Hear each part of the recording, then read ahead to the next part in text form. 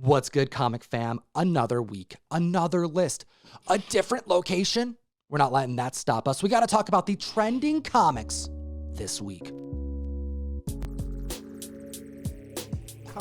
We can't miss a week giving the community their trending list video. We've been doing it for nearly 4 years. Hit the like, slap the subscribe. You know we have a giveaway on deck, especially with as many books that moved from the dollar bin to the wall over this last week. Major announcements, industry shaking news, seemingly spec that's failing. Let's jump into it. At the list at number 10, Spider-Gwen Gwenverse issue number 1. Coming out this past month, this convention exclusive was a print count of 1,000 and was a variant of another variant that Mike Mayhew has already released that's actually still available on his website.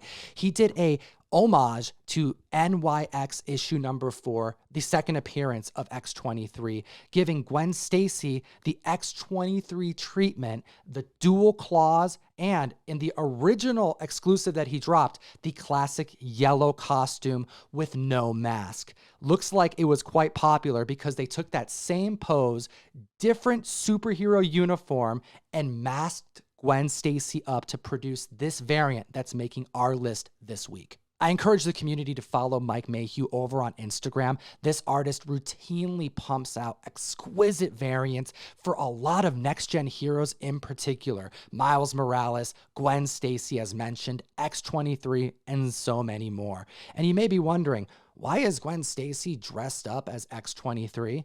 Well, in Spider-Gwen Gwenverse, this limited series run that's coming out, they just dropped issue 2, I believe. That's as far as I've gotten through.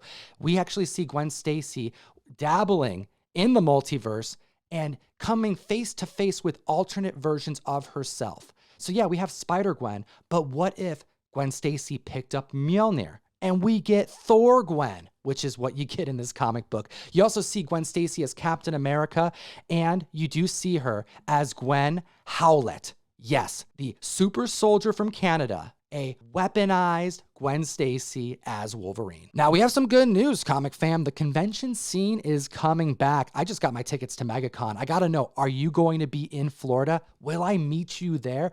Look for me at the Whatnot booth and in the comics section. You know that I'm gonna be hunting for some books, and I'll be utilizing the best app to do it, Key Collector Comics. Use code TOM101 to support what we do, but unlock yourself a free 2-week subscription of the best comic app in existence.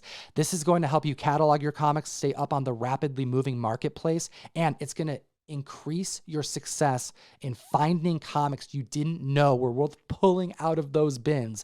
And back at the list, at number 9, seemingly some failed spec that I warned you about, damn it. We have Superior Iron Man issue number 1. Tony Stark going full antagonist with a brand new suit. One specifically that keeps his face visible, and that's spiked after the early Doctor Strange Multiverse of Madness trailer dropped, featuring someone possibly cosmic, possibly in an iron suit. It was kind of at a distance, and the wishful thinking was, this could be a reprisal. This could be Tony Stark. Or this may be Tom Cruise as Tony Stark, because variants are a thing. This 2015 run written by Tom Taylor spiked up then, and over this last week has been selling for $30 average sales. And we saw a March high sale for a 9.8 of $250. And here's the thing. Earlier this week, we saw rumors starting to be posted online that Tom Cruise had a part, although brief, but was going to be featured in Doctor Strange Multiverse of Madness. And quickly, a lot of other scoopers, because these are all unconfirmed rumors, started coming out saying that no, that is not happening.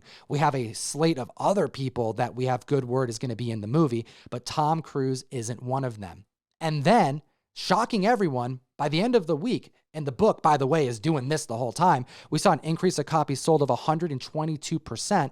We see another trailer giving us a closer look at this flying individual that looks like they're in a suit, but it definitely doesn't look like Tom Cruise and has all but thrown out the spec as it pertains to this particular hero that we see in the sky. If anything, we're seeing more spec on Maria Rambeau. We're seeing more spec on a Captain Marvel variant than anything that would relate to Tony Stark, which has now seemingly tanked this book as far as spec potential. But I want to know the community's thoughts. Do you think that there is still a chance? We're going to find out in a little over a week. Now, regardless of if I'm on a trip, having to do a video in a hotel room, I am up Tuesday night waiting anxiously for Moon Knight to drop at the list at number 8. From 2016, the Jeff Lemire run, we have Moon Knight number 1 making the list. $30 average sales, April high for CGC 9.8 hitting $135. And since the drop of episode 4, and really including episode 5, the numbers have stayed relatively strong. We have an increase of copies sold of 153%. Now, between episode 4 and episode 5, we've learned so much about Mark Spector or Stephen Grant, or even a little bit about Jake Lockley. I digress. The main reason why this comic is spiking, though, is because the show is harnessing one of the best narratives of any Moon Knight comic book to homage, to pay tribute to, which is the Jeff Lemire run, which is page after page of making the viewer question if what we're reading and experiencing is actually what's taking place in reality, or if it's just taking place in Mark Spector or Stephen Grant or Jake Lockley's head. Now, we do get some world building that is connected to the greater MCU at large, which I wasn't expecting. So make sure to catch up on Moon Knight. It is becoming a very important show as it pertains to the Marvel Cinematic Universe. And what's this? A book I did not expect to talk about this week, Darkhawk number 1 from 1991 at the list at number 7. Seeing $20 average sales, a high sale for a CGC 9.8 direct copy this month sold for $300. And look at this, the barcode effect is so real for these modern books. A 9.8 newsstand hit $610 this month, but why an increase of copies sold of 143%? We know there's a lot of die-hard Darkhawk fans. We know about Marvel Age issue number 47, the preview of Darkhawk being one that members hunt for all the time. It's like a badge of honor in your collection to own this book. It's a cool superhero. It defies the 90s craze like Valiant's Turok does for independent books. However, this past week, James Gunn responded to a tweet where he was asked if we were ever going to see Darkhawk, and to the surprise of everyone, shocking the entire comic book community, James Gunn responded that Darkhawk was almost in Guardians of the Galaxy 2. What? That's nuts. I mean, we know that James Gunn likes to really push who he can get on the screen. He likes to surprise everybody. But seeing Darkhawk potentially in Guardians 2, this is very intriguing and has communicated to the community that, hey, it almost happened then. Why couldn't it happen in the future? So people are picking up their books now, crossing their fingers that this 90s hit superhero may get his time on the screen finally. At the list at number 6, I warned the community dollar bin books be spiking this week. This one is no exception. We have Incredible Hercules, issue number 120, debuting back in 2008, seeing a 2,000% uptick in copies sold. $3 average sales, but by the end of the week, we're seeing high-graded raw copies hit a height of $15. Now, this is the first appearance of the Skrull god Clyburn, and these issues take place as one-offs, tie-ins to the Secret Invasion narrative that is largely going to be adapted to the Secret Invasion Disney Plus show. And over this past week, members of the comic community discovered a hat that was given away on the set of Secret Invasion. And on the front of the hat has an owl with an eye patch, probably paying tribute to Nick Fury. But on the back, some Skrull language. And once deciphered, translated, it read, "He loves you." And that mantra is definitely not random. That's a mantra that is utilized when worshiping or talking about the Skrull god in these particular issues of Incredible Hercules. Now, this particular character only shows up in a few issues as a cameo and gets his full reveal in issue 120, but by the end of this story arc, he dies, like in the same issue. He gets stabbed in the back by another god's spinal cord. it's pretty ruthless, pretty hardcore. But this right here is just more proof that Marvel is sourcing characters that don't have a whole lot of narrative or lore behind them so that they can offer a fresh take without stepping on anyone's toes who are looking for comic book continuity. And this right here just is another comic book added to the list of characters that no one was really specking on that gives so much opportunity on the hunt, because now this dollar bin book has just blown past the $10 mark and is reaching $15 in high grade. Keep an eye out for issue 119. He definitely makes an appearance in Cameo, and there's a bit of an origin tale that takes place between both of these issues. You're going to want to grab them both because you're probably going to find them next to each other in those dollar bins. Now at the list at number 5, we have more dollar bin books that are spiking out of those back issue bins. We have Friendly Neighborhood Spider-Man, issue number 7, debuting back in 2006. We got the key alert, the news from Deadline confirmed by Sony, taking a very obscure character, a luchador who appeared only in 2 issues of this run by Peter David in Friendly Neighborhood Spider-Man. We have El Muerto. This is a character that no one was specking on and has only one real antagonist in the short 2 issues that he appears in. And that antagonist is El Dorado, who makes his first full appearance in this issue of number 7. Surprising everybody, because we know that Sony's hunting for different Spider characters to bring to the screen, but this is another one of those interesting decisions, a solo movie, what could be a one-shot, something that will tie into the Spider-Verse very lightly. But I have to know what the community thinks about this, because this is just another one of those situations where no one saw this coming, and it's just another reason why the hunt is such a beautiful thing. Every week there are new comics that you can go after that may be just hidden in your own back issue bin waiting to spike. To be portrayed by Latin star Bad Bunny. I have to know what the community thinks about this announcement. This is definitely one of the more shocking Sony announcements that we've had, especially when you consider that we're getting a Kraven solo movie and a Madam Web movie. And now at the list at number 4, New Avengers number 7, debuting back in 2005, the first appearance of the UN World Superhero Group, the Illuminati. And this comic has come and gone on the trending list for years now. I still remember to this day when this book began to creep up on spec radar. This is why you have to hit the subscribe button.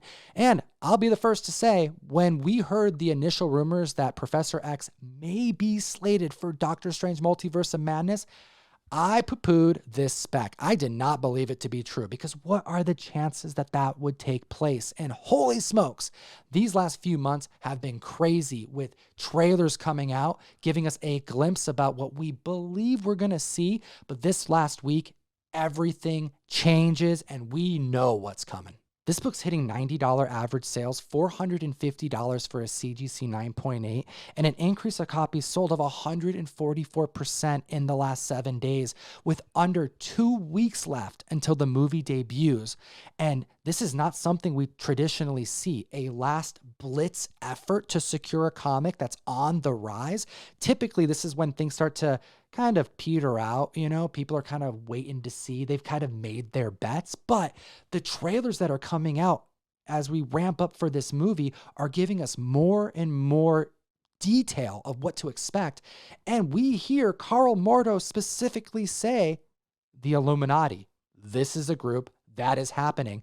And shout out to Key Collector for keeping up on the spec, because in March we also heard, courtesy of Empire Magazine, that this team was confirmed. But until you actually see it, that's when the needle really moves. And we also see a plethora of other things that I think no one was expecting to see. We see Professor X in that classic X-Men chair. We also see what appears to be a Captain Marvel variant. We mentioned that earlier in this video. Maria Rambeau, who, by the way, in Avengers 246 makes her first appearance, which spiked 850% this week because of this trailer. Also, we see the Living Tribunal, the judicial authority, equity, necessity, and revenge, the three-headed cosmic being. Yes, we did see an Easter egg in the Void in Loki, but seeing them in trailer this week had my jaw drop and hit the floor. Both Strange Tales 157 and 158 spiked this week, both making the trending 20. We saw 158, the first full appearance, go up 300% in copies sold. Keep an eye out for that 157. There is a cameo appearance at the end of that book, and I thought that that book was undervalued for quite some time. Steranko goodness. But that's not the only reveal that we saw in this trailer, but we're going to save it for further on the list. At the list at number 3, Star Wars Tales of the Jedi issue number 1. Back on the list, debuting in 1993, seeing $25 average sales and a high sale for a CGC 9.8 of 250 bones. Now, this is a book that started spiking back in December of last year after Lucasfilm's employees were gifted a record player that had various trademarked logos on the side of the box. One of them, an unreleased project, an unannounced project, Star Wars Tales of the Jedi, which spiked this book then and has been on spec radar ever since, but we haven't heard any news about this project until this week, which is why we're seeing a 633% increase in copies sold. Now, there's going to be a Star Wars convention type gathering happening in May in Anaheim, and there's a bunch of panels that are being solicited on their website. And what's curious is that one of the panels was Star Wars Tales of the Jedi, and there was panel information uploaded. And what it stated was that there was a conversation that was going to take place discussing the animated anthology of short stories that Tales of the Jedi was going to dive into. But this information was scrubbed from the website that same day. And after this news circulated, because Star Wars fans are ravenous, as soon as any info gets posted, there are people waiting to find out. They actually put the information back on the website. But this tells me that they were trying to keep this under wraps. They didn't want this news to get out there, but the news got out there, and now we just have to wait till May to find out more info on this new animated series. And now we're at the list at number 2 with Captain Carter number 1. Did not see this coming. $10 average sales and an increase of copies sold of 104% this week. But I'll tell you, this number is going to be blowing up all week long because this trailer for Doctor Strange Multiverse of Madness showcased not just Professor X, at least a glimpse of him, not just supposedly Maria Rambeau or the confirmation of the Illuminati. We see someone who appears to be Peggy Carter. I want to know who you think this is. Is this Captain Carter or could this be a Captain Britain? Regardless, this right here is a book that came out over this last year, and a lot of people didn't spec on it when they should have. There's a 1 in 25 variant. They're calling it an animation variant to kind of go with the What If series. We also have a Captain Carter number 1, limited to 1,000 copies by David Nakayama. I definitely recommend that. And if you really want to go into it, this is kind of a similar vibes to like Jane Foster Thor. Captain Carter gets her own solo series with this issue, but we see Peggy as a Captain America superhero prior to this, specifically in Exiles issue number 3. And I always got to mention it whenever I talk about this book, the 1 in 10 Agent Peggy Carter as Captain America variant. This is a World War II cover homage of Rosie the Riveter, Peggy Carter as Captain America. What a list this week. Hit the like, slap the subscribe, and enter you to win a Whatnot Omni-Man issue number 1 variant. And at the list at number 1, we warned you, I foreshadowed it earlier, Friendly Neighborhood Spider-Man issue number 6 from 2006, seeing dollar bin sales that weren't even happening on the internet just a week ago, climbing all the way up to $85 average sales, an increase in copies sold of 4,900% this past week. We have the cameo of the antagonist that we chatted about earlier on the list, El Dorado, but this is the first appearance of El Muerto, the luchador, who gets his powers by wearing his father's wrestling mask. As mentioned, Bad Bunny, a Latin Grammy Award winner, will be portraying El Muerto in this spin-off series that is set to take place in 2024. And these 2 issues of Friendly Neighborhood Spider-Man issues 6 and 7 really provide us with the origin that is likely going to take place, because that's really the only source material that they have. And you find out that El Muerto derives his superpowers from the luchador mask that was passed down to him from his father, who essentially sacrificed himself. And that's the reason why El Muerto has to battle Spider-Man. He's fighting for his honor and his father's legacy. I gotta hear what the community thinks in the comment section below, because we're seeing an increase of copies sold for Friendly Neighborhood Spider-Man issue number 6 of 4,900%. So I'm assuming that some of you watching this video have gone and secured your issues, probably on the cheap. Let me know by commenting, like, and subscribe. And as always, geek responsibly. Enough said. Comic fam, I'm over here, doing this video in this hotel room, and real talk. I'm getting to the end of this list. I look at my phone and I see the news. Legendary comic artist, creator, Neil Adams has passed away. And that's a pretty damn crazy thing to happen. A major influence to the medium we all love, not just to characters like Dead Man or Batman or Green Lantern, or I'm sure many will cite as characters he's created like Ra's al Ghul or Talia al Ghul. He was someone who, with the help of like Denny O'Neil, ushered in such a maturity level of writing that I think gave a breath of fresh air and life to our medium that, had he not done that, who knows where we would be in the comic space. So my condolences to his family, and wow, what a day. What a way to end the video. So I felt like I had to say something, and it was just so shocking. So this is real. This is how it goes, Love your family,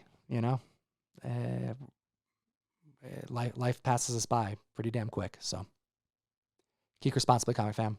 I'll see you soon.